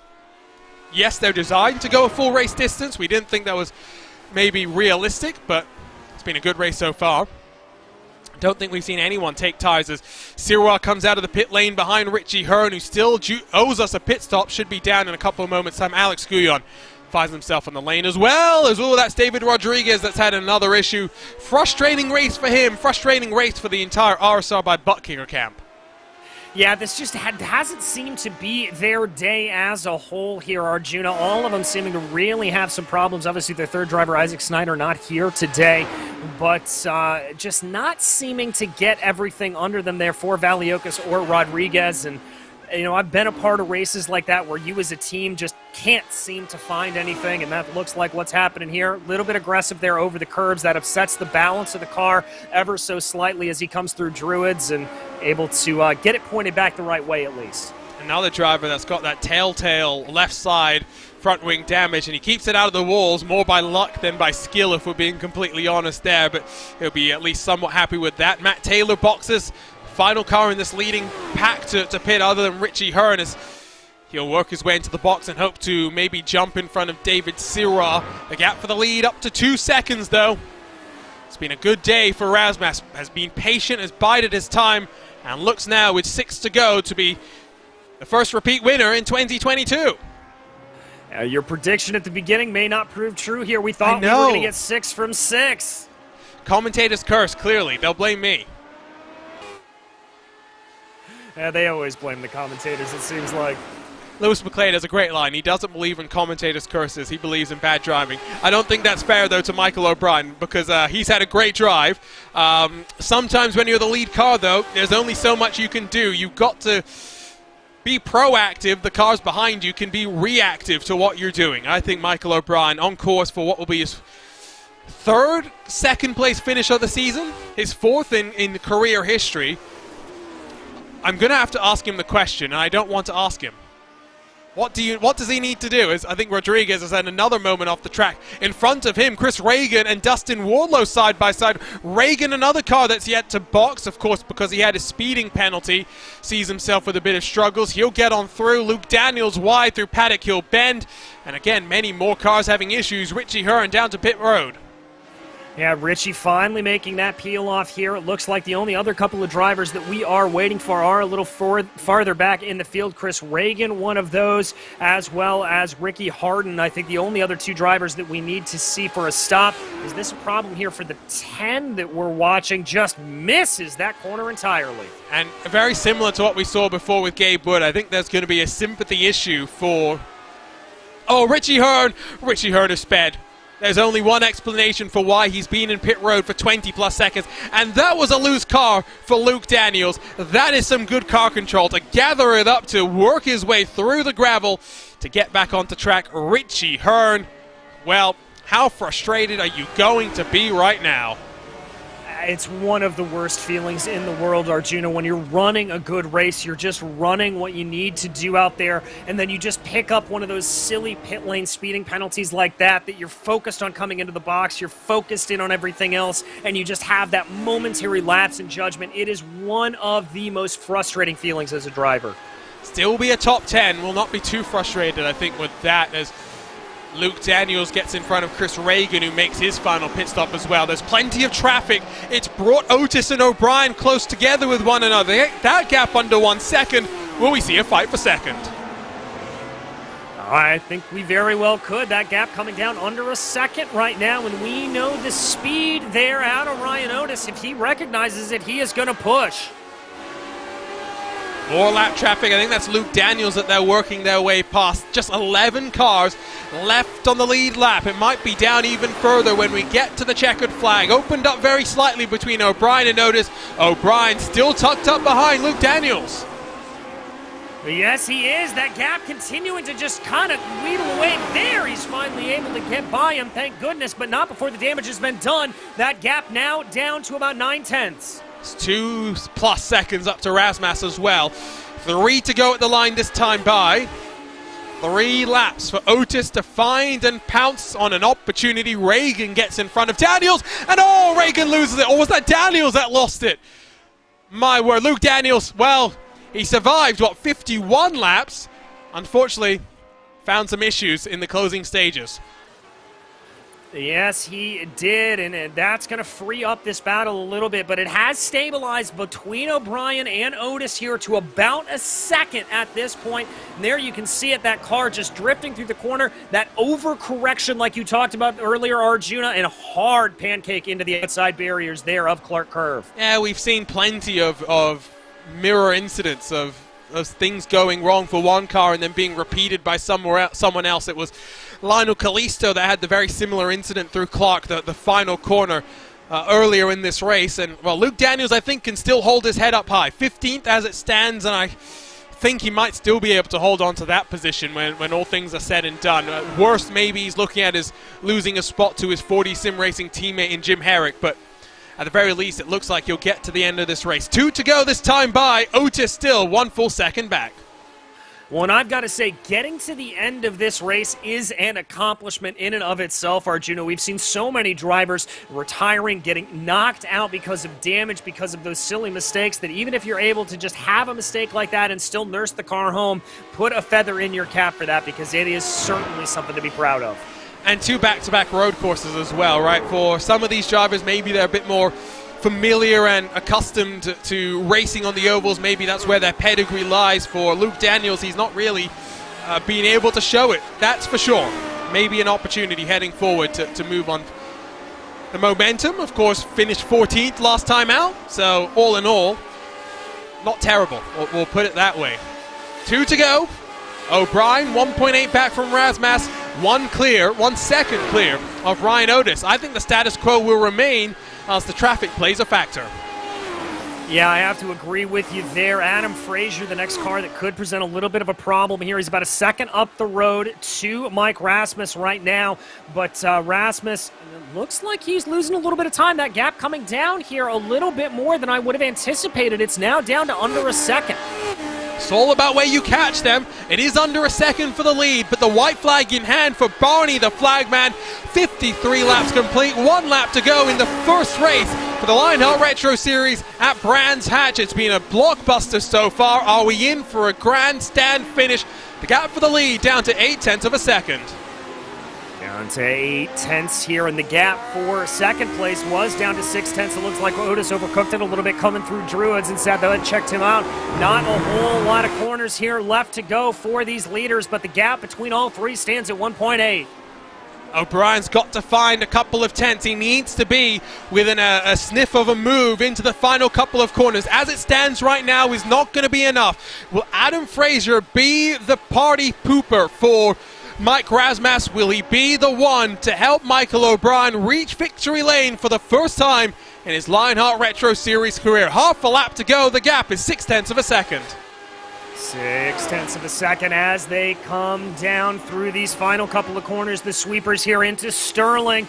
And there, Frazier's going to be directly in front of them. Only one more corner to go, Arjuna. It's too little, it's too late for Michael O'Brien. 7 career pole positions, still on the search for the first career victory. Mike Razmas was patient. He becomes your first repeat winner in 2022 by winning the GRAAFix Esports Grand Prix presented by Next Level Racing. The gap at the line, 0.3 of a second. Michael O'Brien, keep your head up high. The win will come. He's on a roll with 3 second place finishes this year, but the plaudits go to the championship leader who extends his gap in the front of the field. A very, very fantastic race there for Mike Rasmus, able to get that jump in the pit stops and be able to keep himself ahead. I think we both weren't necessarily expecting that, but a good run from the 68 nonetheless. I'm going to be interested to talk to him and see how that pit strategy played out in his head, if he thought he was going to be able to get the jump when he did. Doesn't have enough fuel apparently to do any celebrations, that's for sure. 32 started. Only 24 will finish. This track bit hard, even harder, surprisingly, than the land down under, which is littered with many things you do not want to fall afoul of. Richie Hearn will complete this race inside of the top 10, chased down by Adam Frazier. Many drivers hoping for some momentum rolling through to a second consecutive first-time race when in a couple of weeks' time we head to the Music City and the Nashville Super Speedway. What should be an exhilarating race in these Lotus 79s. What a day it was here southwest of London. The first time these Lotus 79s and the Lionheart Retro Series have visited the Brands Hatch Grand Prix circuit. And what a race it was. Let's grab a look at our SimRace247.com race results. Mike Razmas, the 68 car, only 0.3 clear of Michael O'Brien, the first repeat winner of 2022. Michael O'Brien, second place for him, his third of the season. What more does he need to do? He just needs some luck to go his way. That's sometimes the way the cookie crumbles. That's sometimes It's just how racing goes.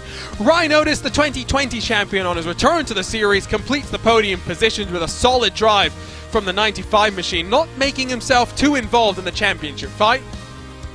David Silrott in fourth with Matt Taylor completing the top 5. A good day for the Madworks Motorsports crew, with all 3 of their cars finishing inside of the top 6. Marius Valiukas on the bounce back after a mistake for him in the early stages, up to 7th with Alex Guyon 8th. Dustin Wardlow, the Candyman, in 9th position, 7 spots up from where he qualified. Richie Hearn, with a late race speeding penalty, will be slightly frustrated at how his race ended. Adam Fraser in 11th with a steady race to be the last car on the lead lap. Chris Reagan in 12th, the number 19 machine sped in the early stage of the race. He'll be frustrated with that one, but at least bounces back to get the maximum points that he could.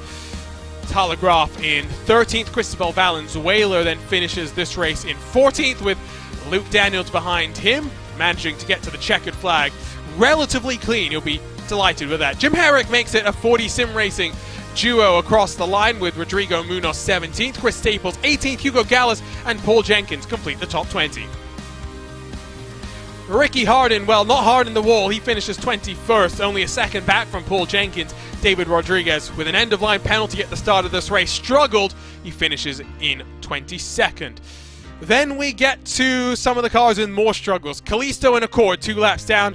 And then the graveyard. Chris Lanini, George Anzaldo, Bobby Mikes, Luis Gonzalez Nunez, Scott Holmes, Brian Hotham, all retiring early in this race, while Gabe Wood, Adam Young, and Danny Roberts, well, I don't think Danny Roberts even got to the start of this race, slightly frustrated, I'm sure, is the number 43 machine. And with a look at our race results, we run down into our HyperX post-race show, because the Lionheart Racing Series is powered by HyperX, makers of premier gaming gear like the legendary ultra-comfortable Cloud line of gaming headsets. Whatever you play, however you play, HyperX knows we're all gamers, and HyperX is always ready to play. For more information on HyperX products, visit hyperx.com. And in the HyperX post-race show, our first step is HyperX Victory Lane. For the first time in 2022, we have a repeat winner. His name is Mike Razmas, and he is the championship leader. Mike, talk to us about the strategy of the race, being patient in the early stages, and taking the opportunity in the second cycle of pit stops. Yeah, I'm mostly just relieved about that one. That was pretty difficult.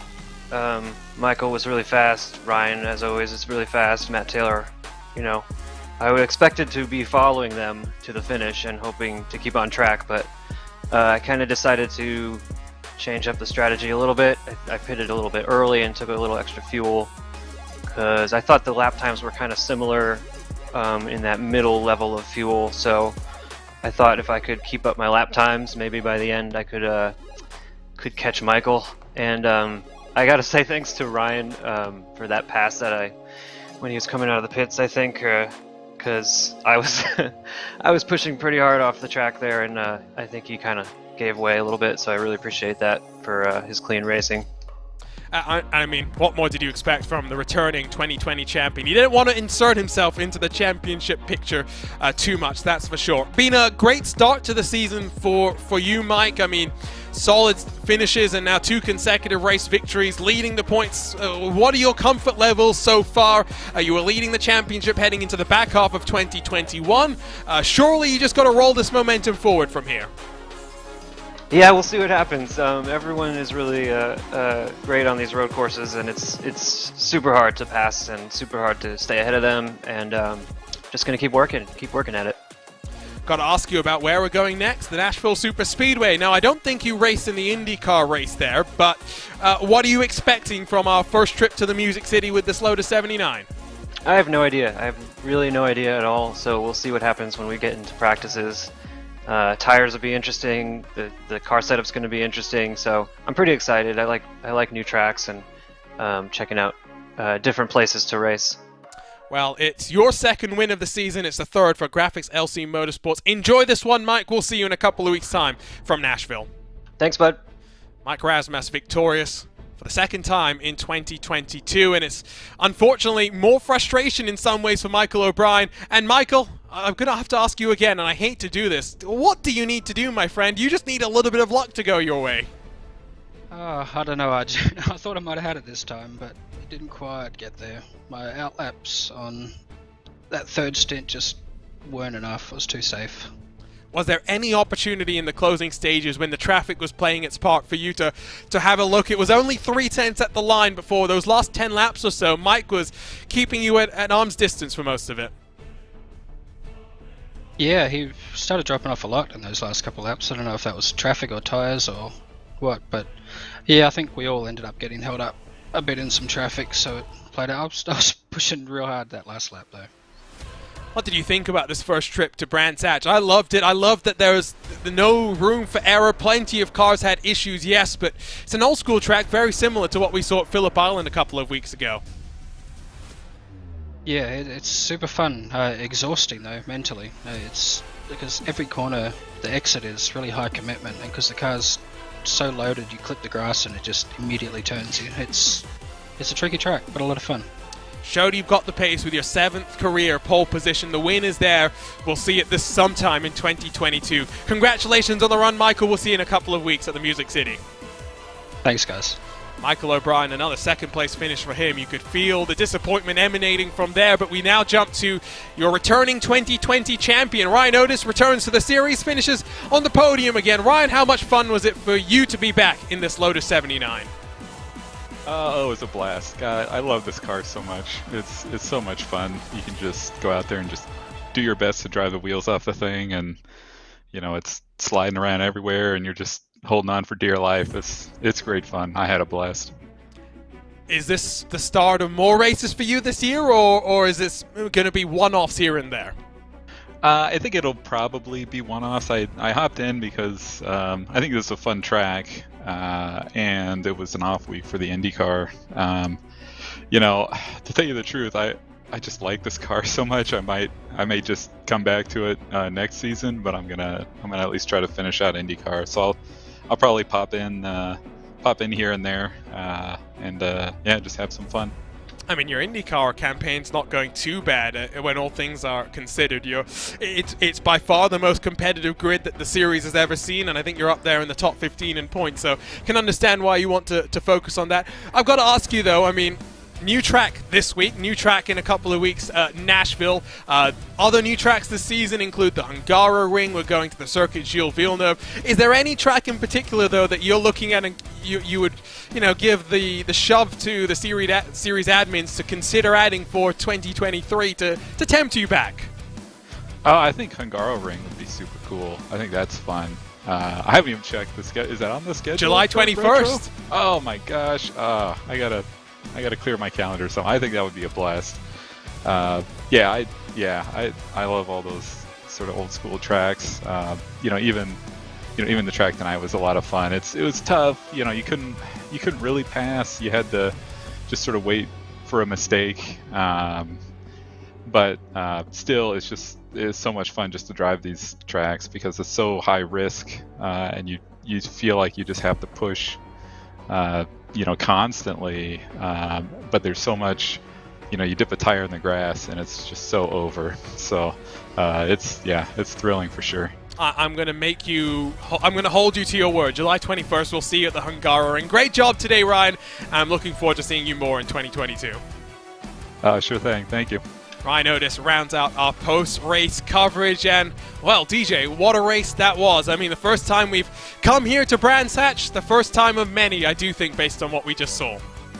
Yeah, I have to agree with you there, Arjuna. Absolutely incredible racing up and down the field, and a track that really punishes drivers in these Lotus 79s. You've got to be on your game the entire way. It is a welcome addition to the calendar, in my opinion. I asked our race winner about this one, mainly because he's the championship leader. He's the one that's got the most to lose as we look forward in this 2022 campaign. Here's a look at that next level racing schedule before we wrap things up. It's a couple of weeks off, and it's going to be now spread out much more as we roll our way through to the end of this season. You do have some back-to-back races, most significantly at the end of September, the end of October as well. The trip to the Land of the Rising Sun sees us take on Twin Ring Motegi in the GP configuration and the Oval. At the end of October, of course, heading to the streets of Montreal and then to the Worldwide Technology Raceway. But from here, it does open itself up a little bit more. It means there's more pressure on some of these drivers to make sure they're prepared for what lies ahead. And up next, round 7, another new track for the Lionheart Retro Series. We go to the concrete surface at the Nashville Super Speedway. Concrete is always going to eat these tires up. It will be fascinating to see what it produces in terms of racing action in these Lotus 79s. Yeah, it most certainly will, Arjuna, and I, for one, am very excited to get back to Nashville. I think you're going to see some tire strategy start to play in, a little bit like we saw it play in Homestead, a little bit similar in the way that they run, but a personal favorite circuit of mine, and I can't wait to get there. It's not the Nashville Street Course, which I talked about my distaste of the Indianapolis Grand Prix layout, at least the one that we have here on iRacing, which is a 2008 configuration, never actually raced in IndyCar before. Yeah, the Nashville Street Circuit, I have similar sort of thoughts about that. But for now, that's all we've got time for. Before we say goodbye, though, we need to thank all those that make this possible, starting with Next Level Racing, title sponsors of the Lionheart Retro Series. Next Level Racing is an industry-leading cockpit and motion simulator manufacturer devoted to creating the most immersive experience possible for the global sim racing community. Take your racing to the next level and visit nextlevelracing.com. The Lionheart Racing Series is powered by HyperX, makers of premier gaming gear like the legendary ultra-comfortable Cloud line of gaming headsets. Whatever you play, however you play, HyperX knows we're all gamers. For more information on HyperX products, visit hyperx.com. Also sponsored by the Butt Kicker. You're passionate about sim racing, but it always feels a little flat compared to the feeling of driving a real car. Now you can feel what it's actually like to drive a race car. Butt Kicker haptic hardware and software are easy to install and will let you feel every bump in the track, slip of the tire, and engine redline. The tactile feedback is so accurate and realistic, you'll be driving faster and having more fun than ever before. Moser Racing is revolutionizing sim racing with the development of industry-leading hardware and software products like their R9 direct drive wheelbase and GS steering wheel. Featuring zero-delay wireless technology and made from high-end materials, Moser Racing delivers the precision you need to reach victory lane. Gomez Sim Industries are makers of high-end esports equipment and controls, precision-built using nothing but the best materials available today. Passion and handmade craftsmanship drive each made-to-order build, creating a driving experience like no other. Visit GomezSimIndustries.com. And it's not just them, but so many more that make this all possible. To learn more about the partners of the Lionheart Racing Series, head to LionheartRacingSeries.com, where you can find more information about the 3 competitions put on by the Lionheart sanctioning body. The next time the Retro Series is in action is June 2nd, our second consecutive new racetrack to the series. We head to the Music City. We head to the Nashville Super Speedway. 1/3 done with this 2022 campaign. Mike Razmas sits at the top of the pile. He was in this position last year, but tailed off as the season drew to a close. Will we see the same story, or will a new chapter be written in Mike Razmas's history with the Lionheart Racing Series? He is victorious once more here in the Retro Series. It's his 6th career victory in this Lotus 79. For now, though, we bid you farewell. On behalf of the entire team at RaceSpotTV, for my co-commentator and DJ Clark, my name is Arjuna Kankipati, signing off from Southwest England, where for the first time the Retro Series took to Brands Hatch. A great race, thrills and spills aplenty for all those watching. We thank you for joining us on RaceSpotTV and ESTV, and we celebrate our first repeat winner of 2022. Mike Razmas is on a mission. Can anyone beat him? Well, find out 2 weeks from now, June 2nd, at the Music City. For now, though, so long and goodbye.